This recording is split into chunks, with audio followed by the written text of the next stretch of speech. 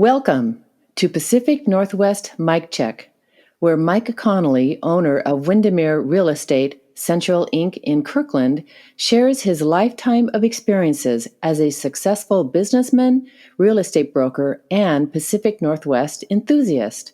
Throughout this podcast, Mike will be interviewing passionate experts in the industry who will give you a new perspective on the world of real estate, business, and life. Well, good morning, everybody.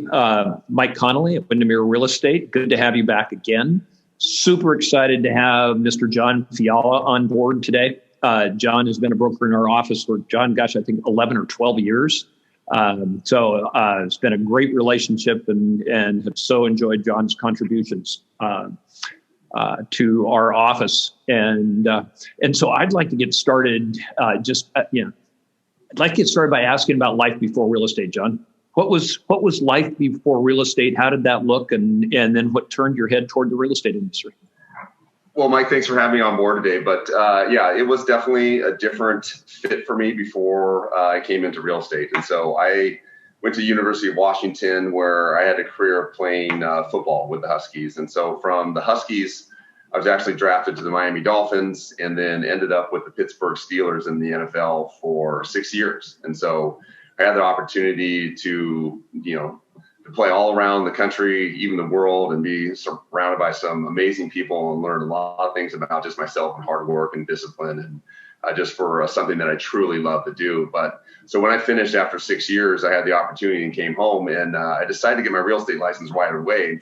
I was going to look into some commercial real estate, but from there I went from basically a 180-degree turn from being out on the gridiron field to being a stay-at-home dad for at least 5 years. And so Wow. It was a different environment. So coming from off the field to being in mommy and me playgroups with my kids, but looking back at that opportunity, it was definitely an incredible experience for my three kids of being in part of their lives at that early stage, to be able to share that with my wife and things like that. But that's kind of where I was after, the NFL through the college, spent about 5 years at home when the kids were born, and then decided that I really loved the residential real estate side.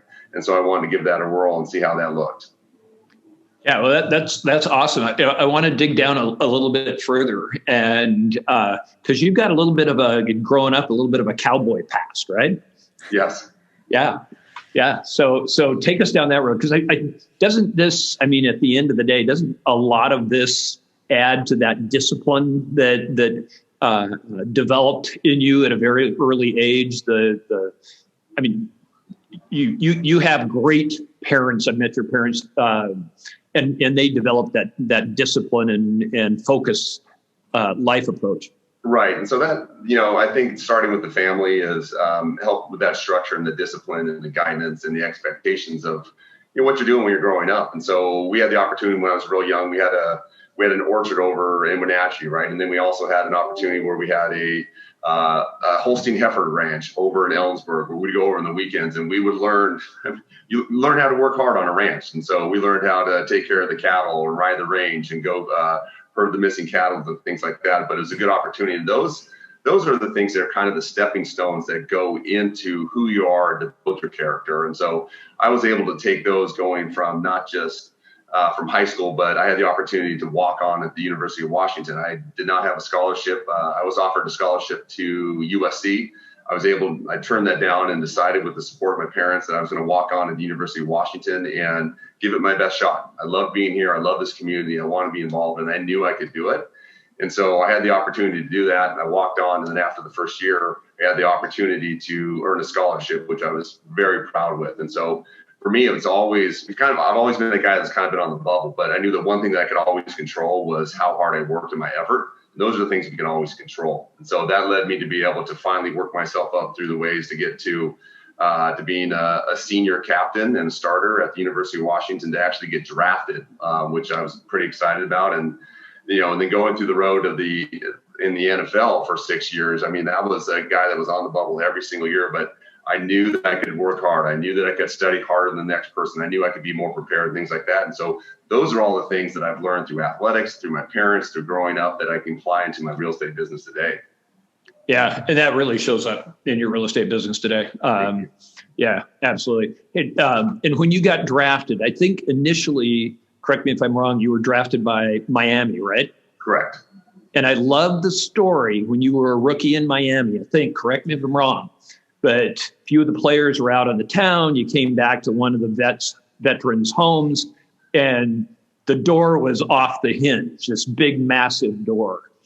I love that story. Could you finish that story? Yeah, so imagine a wide-eyed rookie coming into this situation from someone coming from Seattle, Washington, going all the way to Miami, right? We're in Davie, Florida, heading down to South Beach and things like that. And so we went to this gentleman's house, one of the players, and he kind of knocked on the door, and the whole door felt a little off. It felt a little strange. We were kind of sitting there waiting. There just, it was about three rookies and I were waiting for this veteran guy to come out. And it's when he opens the door doesn't swing open. He lifts the whole door and door frame out, tucks it, puts it on the side, and brings it back to him. So I'm like, oh my goodness, what kind of evening are we going to get ourselves into? And he said, well, what happened? Why is the door like that? He goes, well, I couldn't find my keys the night before, so I did what I normally do, is just put his shoulder down and went through the door. So I thought that was a pretty funny approach, but it's funny about that, Mike, is that you will hear, you'll hear some of those stories like that in the NFL, but 98% of the stories that you don't hear are about good men with families that are men of faith, that are giving back to the community, things like that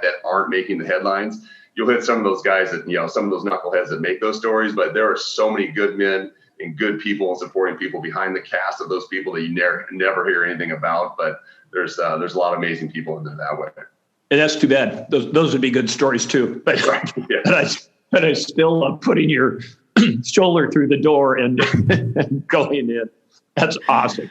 So let's talk about the evolution of your real estate career. You've experienced two very different markets, the Great Recession and the miraculous recovery, which polar opposites. In the real estate business, what's been the same for you in both markets?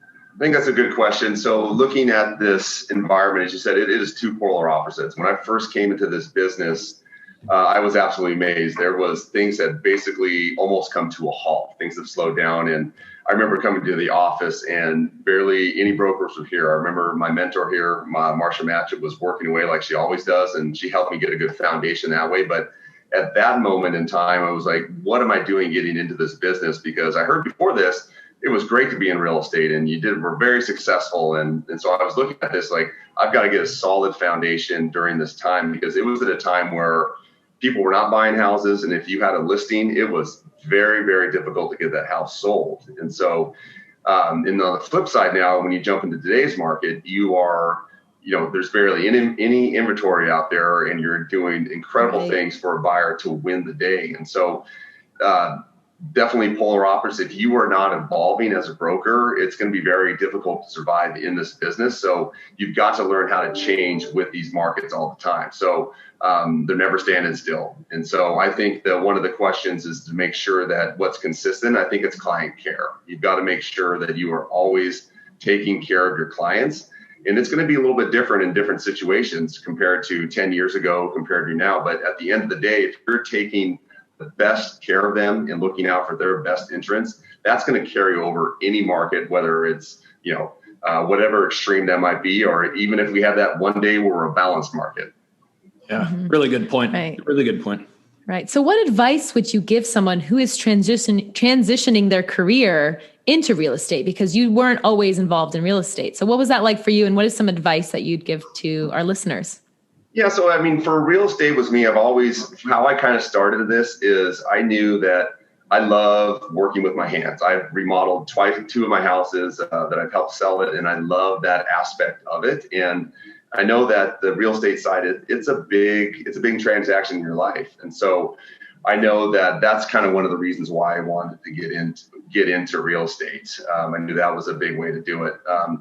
But my advice for anybody coming into this business is that there are a million different types of brokers out there. There are a million different types of buyers and sellers. It's to be yourself. And I've been around some brokers that I get along with so well, and we jive and we groove. And there's some brokers that I'm like, they are the polar opposite of me. And I'm like, how in the world do they do business?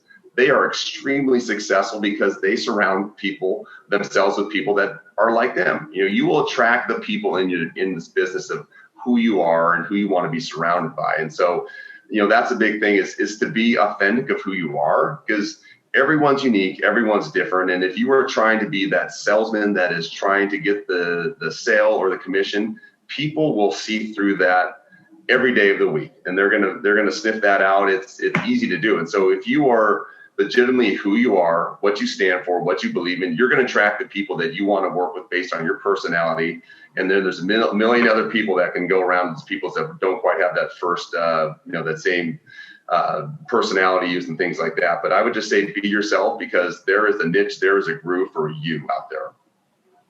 Yeah, that's great advice. So true. And then you bring all of the elements of who you are to bear, and it's a very transparent business then.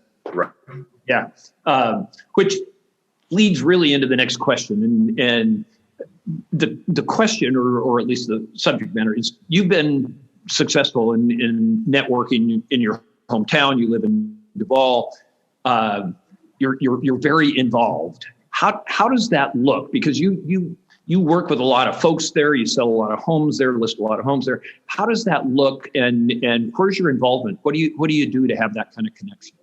So the involvement in Duval it's an area where I live. It's an area that I care about. It's an area that I care about the community. And so the more time that I was getting involved in the community, the more people started to understand, hey, this is John, this is who he is. But my main thing is I started coaching my kids as early as I could be in the community. And so for me now, I'm also a head high school coach at Cedar Crest High School, which is, the local high school in Duval. But for me, it's when you're doing things that you love and you're passionate about in your own community, people see that. And so whether it's opportunities of, if you're involved in front of 80 players and their parents, and they know who you are and what you stand for and what you believe in, you're probably going to sell real estate the exact same way.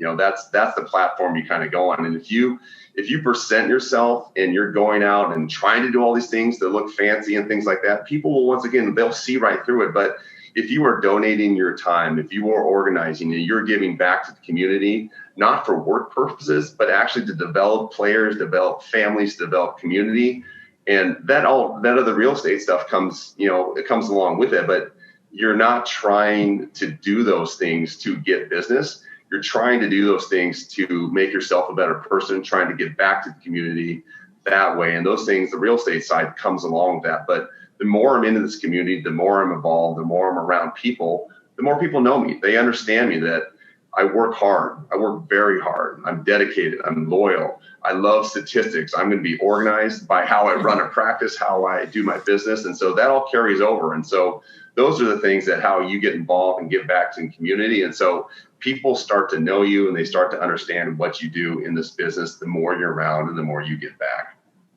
Yeah. They just totally know and trust you just because of what you do from your heart. Yeah. Yeah. And that's such a big thing at Windermere Kirkland. You guys are always giving back to the community, and that's great to see that the brokers as well are taking that to their communities. And that's awesome. If you could wave a magic wand, what would you change in the real estate industry?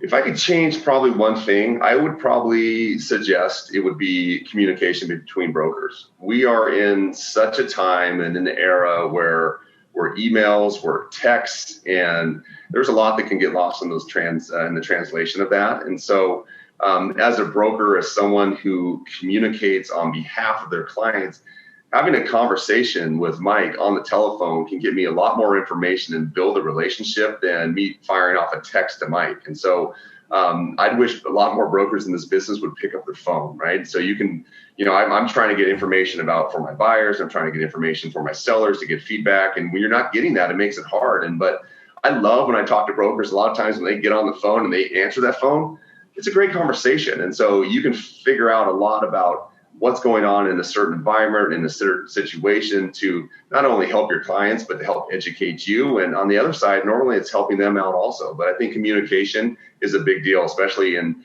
this environment we are in, where it's so easy just to hit a button or send a text or something like that.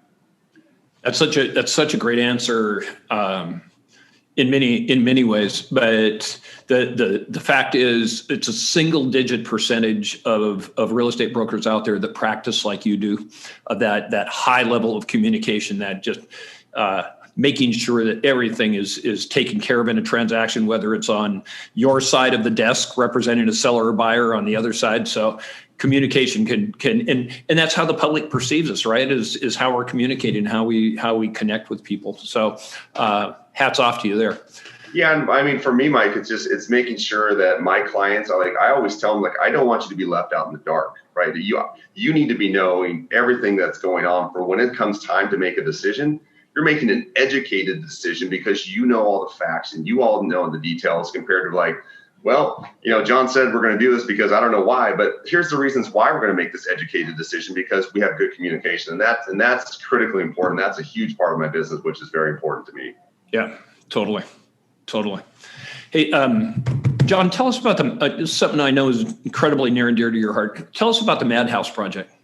So the Madhouse Project was, it was a project we started back in the middle of, around 2004, 2005. And so it was a project where a lot of us, we were 5 guys from a fraternity at the University of Washington, and as soon as college done, we all went our separate ways. It was all across the country, different places, different works, different schools, different, businesses. And we kind of came back in Seattle all right about the same time. And we decided that, we've been pretty fortunate that we've got a close group of friends together, and we love hanging out with each other. One of the things we used to do is we used to have big parties together, which we love. We like getting get-togethers. So we figured out, is there a reason that we could get people together, but also raise money for a charity to help benefit people? Because that was really, at that time, it was kind of this niche of with giving and donating. It's a learned factor, but if you're in your 20s, in your early 20s or early 30s, you don't really know much about giving to those charities, right? That older money that's in those, that's a learned giving. When you see some of these big old charities, that's learned. And so kind of in that area, in that niche group, it was we've got to kind of get our friends all involved and see what's going on. So we decided that what are we going to focus our area on? And so what it was, we'd all had cancer affect our lives in one way or the other. So it was whether families or siblings, and that was very important to us. So we kind of narrowed that down to where are we going to generate our time and energy, and these funds are going to hopefully go to be able to support them. So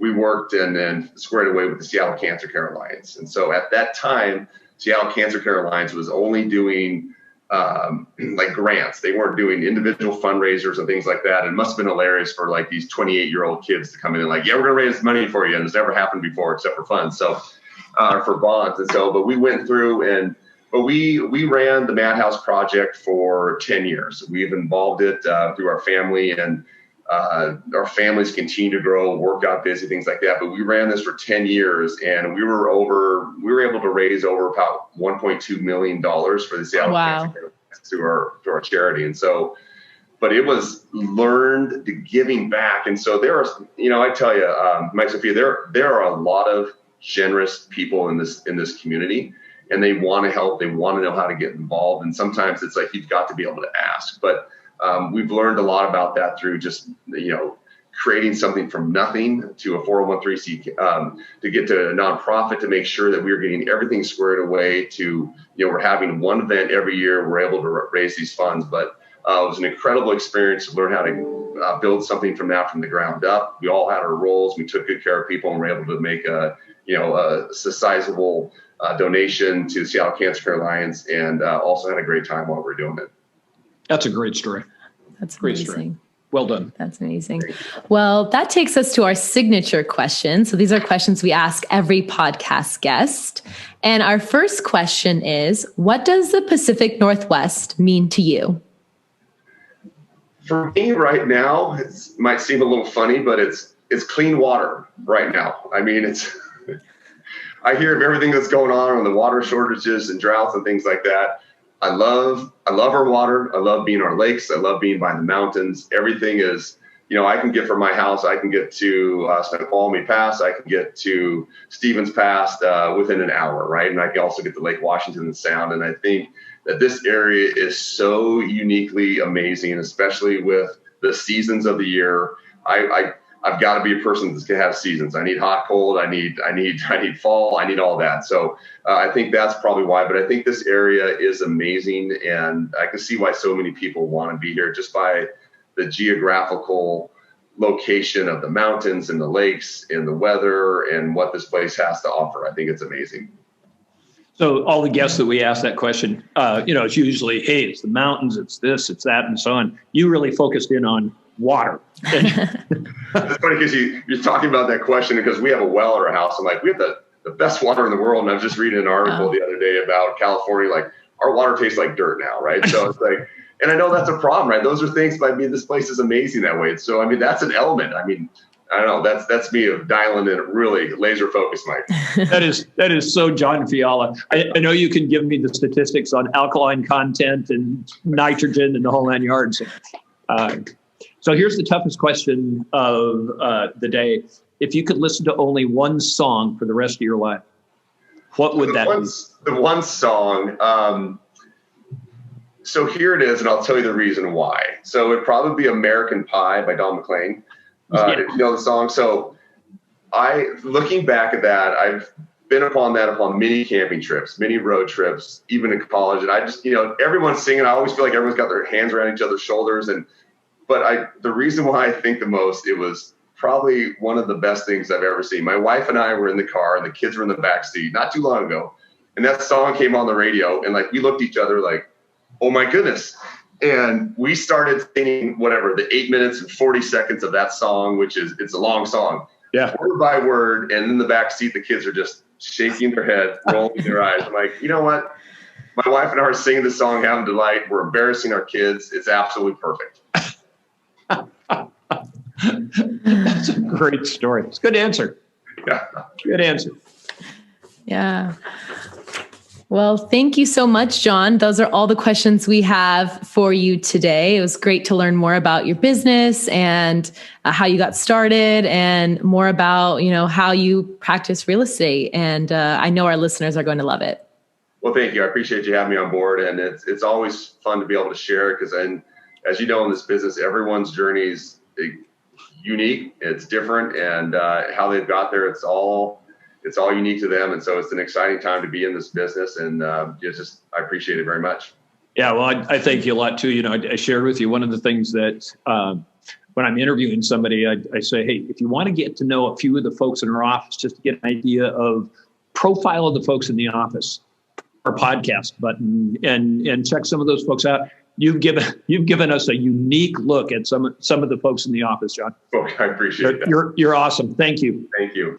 Well, that was so great to hear from John and hear about all his experiences. He's had quite a career, and it's great to hear from him. So now we're going on to our next segment, which is Mike Check, a piece of advice from Mike.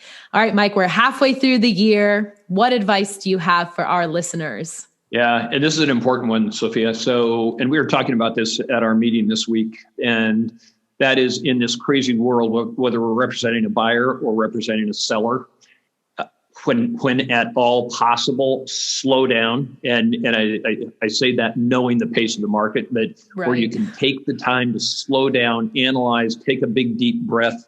That means a lot from the standpoint of buyer. You're going to feel good about this decision. If you win the day in this multiple offer market, and seller, as you're analyzing all this, all the offers that could come your way with the guidance of your broker, slow down and just realize that probably some of those time deadlines that you've got can be extended so that you make the right decision for you. Yeah, that's great advice because it feels like everything is so hectic right now. So tense. And it's so tense. So tense, and it's so tense around such a big life decision, buying or selling a home. I mean, the quickness of the market is just very crazy right now. So I think that's great advice, and it's something that I think we need to remind ourselves often because you can get caught up in it very easily. Yeah, you can, and it goes back a little bit to what John was talking about, and that's communication. If you're talking to other people instead of texting or emailing, you can create those buffers of time. sometimes. Right. Yep. No, that's great advice. Great advice.